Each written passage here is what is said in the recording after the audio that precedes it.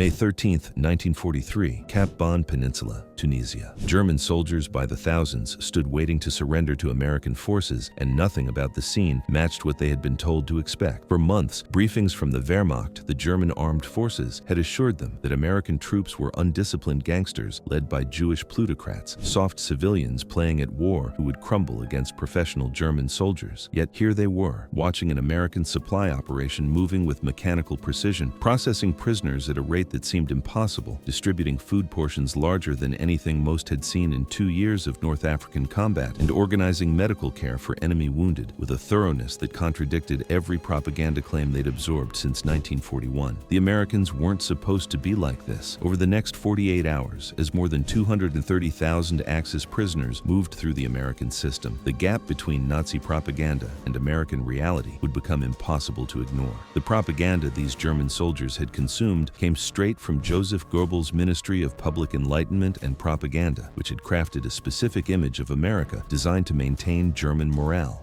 According to official Wehrmacht guidance, Americans were decadent gangsters in the style of Al Capone, a mongrel nation weakened by racial mixing and Jewish control, incapable of sustaining modern warfare against the disciplined forces of the Reich. Luftwaffe pilots were depicted as heroic defenders against cowardly American bomber crews, while German newsreels showed supposed American incompetence in combat. The narrative extended beyond military capability to cultural superiority, with Goebbels declaring that Americans were a nation without culture, unable to appreciate European civilization, driven only by materialistic greed rather than higher ideals. German soldiers absorbed these messages through films, radio broadcasts, and unit briefings that reinforced the idea that German forces represented a superior civilization confronting barbarian upstarts. The propaganda served multiple purposes, including boosting morale among troops who had suffered setbacks in North Africa, maintaining faith in ultimate victory despite mounting evidence to the contrary, and preparing German soldiers for what they expected to be easy victories over American forces once the two armies met in significant numbers. The Tunisian campaign's conclusion in May 1943 brought the first large-scale encounter between German forces and American military organization, and the experience shattered propaganda narratives within hours. Between May 5th and May 13th, Allied forces captured a massive number of Axis troops in a collapse so rapid that many units surrendered without significant resistance. The final count ranged between 230,000 and 275,000 prisoners, including approximately 125,000 to 130,000 Germans, with the remainder being Italians. German soldiers expecting disorganized American rabble instead encountered a military machine operating with industrial efficiency. Processing centers handled thousands of prisoners per hour, with American military police directing traffic flows, medical personnel triaging wounded regardless of nationality, and supply officers distributing rations that exceeded what many German soldiers had received even before shortages became severe. The immediate shock came from the food, with American field rations including white bread, canned meat, coffee with real sugar, and chocolate bars in quantities that seemed wasteful to men accustomed to ersatz coffee and black bread. Medical treatment challenged propaganda claims even more directly, as American medics treated German wounded with the same urgency as their own casualties, using supplies including sulfa drugs, plasma transfusions, and proper anesthetics that German forces in North Africa no longer possessed in adequate quantities. Transport arrangements revealed the depth of American logistical capability in ways that left lasting impressions on prisoners. German soldiers who had fought supplied by horse-drawn wagons and disrupted rail lines found themselves loaded onto Liberty ships for transport to the United States, vessels that crossed the Atlantic in convoys so large they darkened the horizon. The meals served aboard these ships became legendary among prisoners of war, with multiple hot meals daily featuring portions that seemed impossible given wartime scarcity. Prisoner testimonials from post-war interviews described meals that typically included meat, potatoes, vegetables, bread with butter, and desserts, combinations many hadn't seen since before the war began. The ships themselves represented industrial output on a scale Germany couldn't match. During the war, the United States produced 2,610 Liberty ships, maintaining a pace that averaged 3 ships every 2 days. Upon reaching American ports in New York or Norfolk, prisoners experienced another shock when they boarded Pullman railroad cars for transport to camps across the interior. These passenger rail cars, featuring cushioned seats and proper heating, contrasted sharply with the cattle cars and open flatbeds that German logistics used for troop transport. The size and undamaged prosperity of America stunned prisoners who traveled thousands of miles through countryside, showing no signs of war, with farms producing abundant crops, factories running at full capacity, and cities lit up at night without fear of bombing. The mechanization gap between German and American forces became undeniable even to the most committed Nazi believer once prisoners witnessed American logistics in operation. During the war, the United States produced more than 800,000 2.5-ton trucks, creating the most mobile army in history. At the same time, American factories supplied Allied forces around the world, including the Soviet Union, which received an additional 395,000 trucks through the Lend-Lease program. The GMC CCKW truck, which stood for the truck's technical designation but became universally known to troops as the Deuce and a Half, exemplified American production capability. Over 500,000 units rolled off assembly lines between 1941 and 1945, a number that exceeded total German truck production by a factor of 5. These trucks weren't merely transport vehicles, but represented a complete logistics revolution, with variants including fuel tankers, mobile surgical units, repair shops, and communication centers, all sharing interchangeable parts that allowed field repairs with minimal downtime. The Red Ball Express demonstrated this capability at maximum efficiency following the Normandy breakout in August 1944. Nearly 6,000 trucks operated by predominantly African-American drivers moved supplies across France in a relentless convoy system. Over the course of 83 days, these trucks transported 400,000 tons of supplies, maintaining Allied advances that would have been impossible without this motorized supply chain. German prisoners who witnessed these convoys streaming across Europe understood they were seeing something their own army could never replicate, a logistics system that turned strategic depth into operational advantage rather than vulnerability. The contrast with German logistics shocked even experienced Wehrmacht officers who understood modern warfare theory. The German army in 1944 still relied on 2.8 million horses for supply transport, a figure that revealed the fundamental gap between German mechanization at the front and horse-drawn logistics in the rear. American mechanization extended from frontline armor to rear echelon supply, creating a seamless system where every element moved at motorized speed. German logistics, by contrast, depended on railroads that Allied bombing systematically destroyed, forcing reliance on increasingly exhausted horse stock that couldn't keep pace with mechanized advances even when those advances succeeded tactically. The implications became clear to thoughtful German prisoners who realized that American industrial capacity could absorb losses and maintain tempo indefinitely, while German forces fought with declining resources and lengthening supply lines. One German officer later testified that seeing American supply dumps stretching to the horizon with row upon row of trucks, jeeps, and trailers stacked with ammunition and fuel made him understand the war was mathematically lost regardless of tactical brilliance or fighting spirit. Camp conditions in the United States provided the final proof that Nazi propaganda bore no relationship to American reality, creating cognitive dissonance that many prisoners struggled to reconcile with years of ideological training. The United States operated approximately 700 prisoner of war camps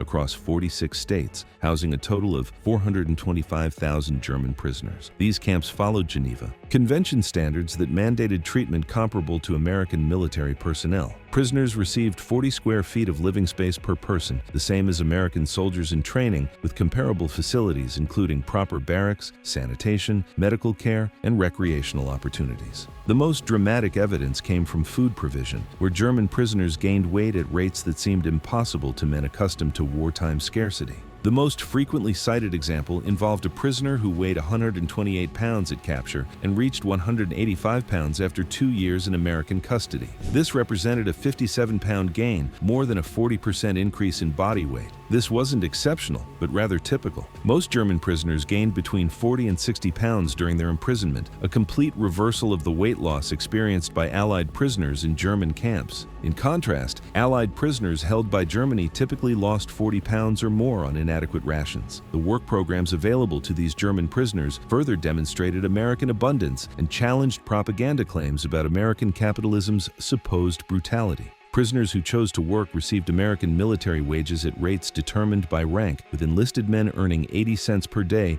in scrip usable at camp canteens that stocked luxuries, including beer, wine, cigarettes, and candy. These earnings allowed prisoners to send money home to families in Germany while maintaining purchasing power for personal items, creating a standard of living that exceeded what many had experienced as soldiers in the Wehrmacht. Work assignments included agricultural labor, harvesting crops across American farmland, factory work in non-war essential industries, and specialized tasks ranging from furniture building to road construction, all performed under conditions that emphasized safety and fair treatment. The Geneva Convention prohibited forcing officers to work, so German officers lived in camps where they maintained their own command structures, received private quarters, and spent their time in study, recreation, and planning for post-war careers. Recreation and educational opportunities available to the prisoners revealed an American approach to imprisonment that aimed for rehabilitation rather than punishment, a concept foreign to Nazi ideology but consistent with American democratic values.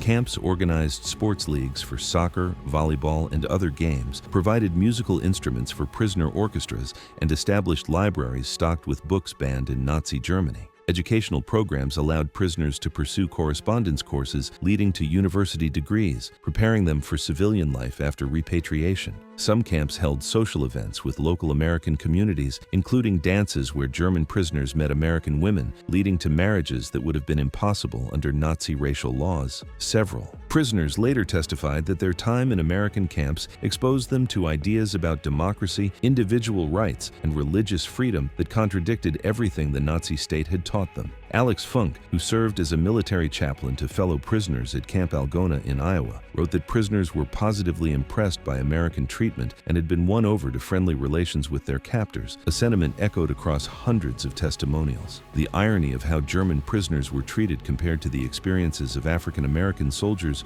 who guarded them created uncomfortable contradictions that some prisoners recognized and others exploited. Under Jim Crow laws prevailing in southern states where many camps were located, these Germans could enter restaurants and use facilities that Black American soldiers could not access due to segregation. This created situations where African American military police escorting German prisoners had to eat separately from the men they guarded, revealing the racial contradictions within American democracy that Nazi propaganda had accurately identified, even while exaggerating their significance. Some German prisoners later testified that witnessing this treatment made them question both Nazi racial ideology and American democratic claims, understanding that both systems contained contradictions between stated ideals and actual practice. Black soldiers who worked in the Red Ball Express and other supply operations demonstrated competence and dedication that challenged Nazi propaganda about racial inferiority, while simultaneously experiencing discrimination that validated some propaganda claims about American racism.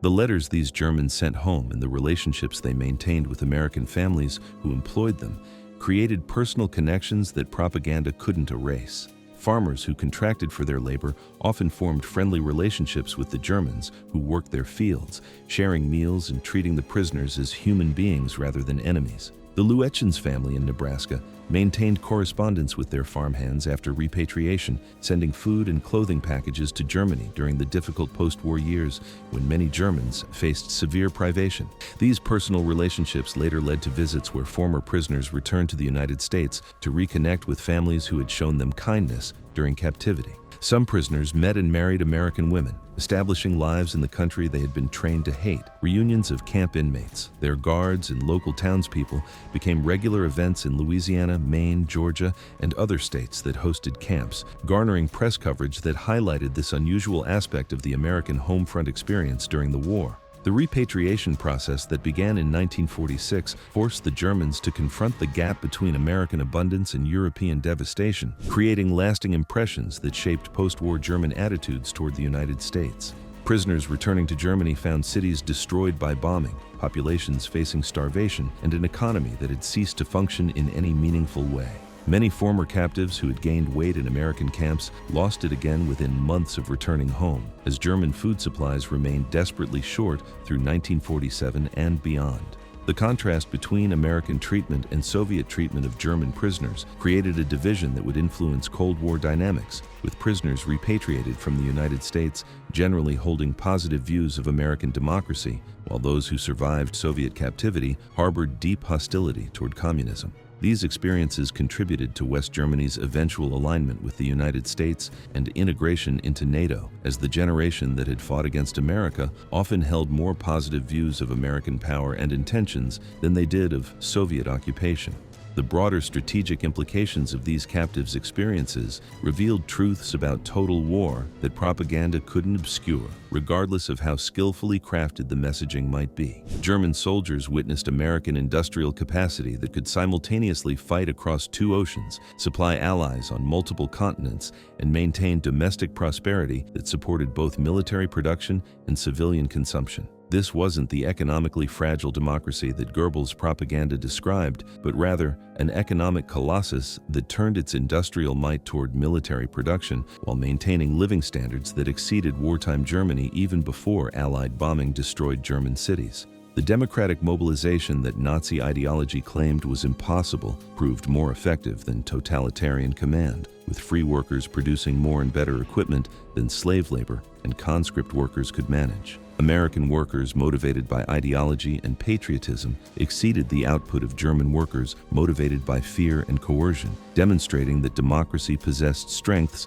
that fascism had fundamentally misunderstood. The logistical demonstration that these men witnessed during and after capture proved more devastating to German morale than any military defeat could have been, because it revealed that the Reich had always been fighting an unwinnable war against an opponent whose resources exceeded anything Nazi planners had imagined. The prisoners taken in Tunisia represented seasoned troops who had fought in the North African desert for years, understanding modern warfare from personal experience rather than propaganda. These men couldn't be deceived about what they had seen, and their testimonies reaching families back in Germany through censored letters and later through personal accounts after repatriation spread understanding that American power rested on industrial foundations Germany couldn't match. The propaganda image of America as a weak, culturally inferior nation of gangsters and cowboys collapsed when confronted with the reality of American military efficiency, industrial output, and humane treatment of prisoners. The treatment these enemy prisoners received in American custody established standards for prisoner treatment that influenced post-war international law and demonstrated that democracies could wage total war without abandoning basic humanitarian principles. The United States spent substantial resources housing, feeding, and caring for enemy prisoners when those resources could have been directed toward the war effort, choosing to uphold Geneva Convention standards, even though Nazi Germany violated those same standards in its treatment of Soviet prisoners. This decision reflected American values that viewed even enemies as human beings deserving of basic dignity, a concept fundamentally incompatible with Nazi ideology but central to American democratic ideals. The long-term benefits of this approach became evident in post-war Germany, where former captives often became advocates for democracy and American-German friendship, contributing to the successful reconstruction of West Germany as a stable democratic ally. The transformation many of these Germans underwent during their American captivity demonstrated that ideology could be challenged by direct experience, though not all prisoners accepted the implications of what they witnessed. Hardcore Nazis maintained their beliefs despite contrary evidence, creating tensions within camps between true believers and those willing to question Hitler's leadership. The Special Projects Division, operated by the Office of the Provost Marshal General, attempted to re-educate prisoners through exposure to democratic ideas, publishing a newspaper called Der Ruf, and distributing books banned in Nazi Germany, though these efforts met mixed results. Some prisoners embraced democratic ideals and returned to Germany committed to building a better nation free from Nazi influence. Others rejected American re-education attempts as propaganda, no different from what Goebbels had produced, maintaining loyalty to Nazi ideology even after Germany's defeat. The majority fell somewhere between these extremes, recognizing that American power and prosperity were real, but struggling to reconcile this reality with years of ideological training. The moment of realization that these captive soldiers experienced when confronting American power varied in timing and intensity, but followed common patterns that testimonials reveal. Some prisoners grasped the implications immediately upon seeing the scale of American supply operations, understanding that an army that fed its prisoners better than the Wehrmacht fed its own troops possessed resources Germany couldn't hope to match. Others required longer exposure to American abundance before accepting that propaganda had systematically deceived them about American capabilities. Many never fully processed the cognitive dissonance, maintaining fragments of Nazi ideology while acknowledging American military superiority. The common thread across all experiences was the impossibility of reconciling propaganda claims about American weakness with the reality of American power, once direct experience made denial impossible. From the Cap Bon Peninsula in May 1943 to camps across the American heartland and eventual repatriation in 1946, these German soldiers experienced a journey that proved more educational than any propaganda campaign could have been. They witnessed industrial mobilization on a scale their own nation never achieved, humane treatment that contradicted claims about American brutality, and democratic prosperity that revealed the emptiness of Nazi promises about Aryan superiority. The transformation was undeniable. Men who had arrived malnourished and defeated returned home well-fed and fundamentally changed in their understanding of American power. Thousands formed lasting friendships with American families, carrying home evidence that couldn't be dismissed as Allied propaganda.